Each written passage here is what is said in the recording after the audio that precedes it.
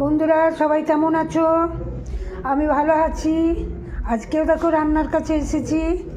এতো ভাতটা আর হয়েছে আলু পোস্ত, পেঁয়াজ আলু পোস্ত আর সর্ষে দিয়ে তেঁতুল দিয়ে মাছের টক ঝাল, ব্যাস আর কিছু না। মাছের টক ঝাল, পেঁয়াজ আলু পোস্ত, ভাত, ব্যাস। সবাই ভালো থেকো, সবাইকে অনেক অনেক ভালোবাসা। আমার ভিডিও কেমন লাগে জানাবে। সবার জন্য অনেক শুভকামনা রইল। সবাই খুব ভালো থেকো। বন্ধুরা সবাই কেমন আছো? আমি ভালো আছি।